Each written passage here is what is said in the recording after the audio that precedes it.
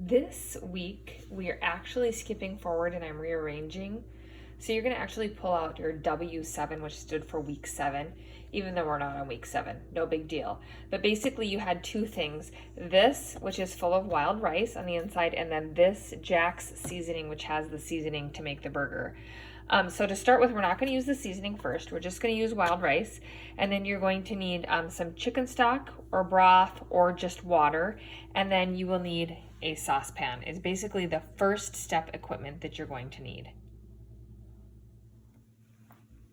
The first thing you need to do is rinse your wild rice using a colander or mesh strainer, something where the rice won't fall through. Just give it a quick rinse. And then we're on to the next step. In your stock pot, add your liquid. Whatever type of liquid you're going to use, whether it's chicken stock, chicken broth, or water, you want to triple the amount of liquid for the rice you have. So measure your rice. I think you should have anywhere from a 1/4 cup to a 1/2 cup. I did try to measure those out in 1/2 cups, but I think some of the measurements got off. So here in this, we have 1 cup because I like this, so I'm making a little more at home. So I have 3 cups of chicken stock in here. So if you have a 1/2 cup, you would need 1.5 cups of liquid. And then just add your rice in.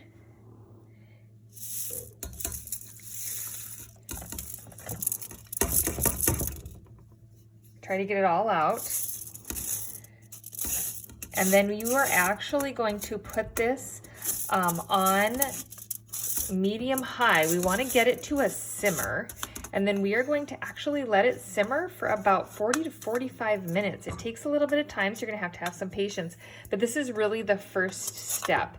Now, had we been together in class, we would have done this step day 1 and maybe done learning about wild rice, and then the next step on day 2 making the burgers. So this is step 1. If I could turn on the right burner, don't do what I just did. And we're gonna bring that to a simmer. Lid on, lid off, doesn't matter. Some recipes say the lid should be on, some say off, whichever. So this is your first step, and we're gonna come back when the rice is done so I can show you how it looks. I'm gonna give you this tip though on this first step. You absolutely need to check on this. You cannot just walk away, because if it runs out of water or liquid, it will just burn really, really bad. So keep an eye on this. Check every 10 minutes. If it needs more liquid, you need to add it. It's important to remember the difference between a boil and a simmer. Boiling is where the bubbles are bursting at the top of the surface. Simmering is where they're bursting below. So right here we have a simmer going. You can see that it's not bursting at the top, but it's starting to boil. So we are ready to turn it down to make sure it maintains a simmer. And then checking again periodically to make sure that it's not burning or running out of liquid. So my rice has been going for a while, and you can see that it's starting to run out of water or liquid. It's just not quite as much. You can see that it's starting to change, but it's still not quite done. Some of it has cooked and is starting to, the rice grain has started to split, but it still needs more time. You can taste it and see if it's soft or if it's still crunchy. That would be an appropriate thing to do here.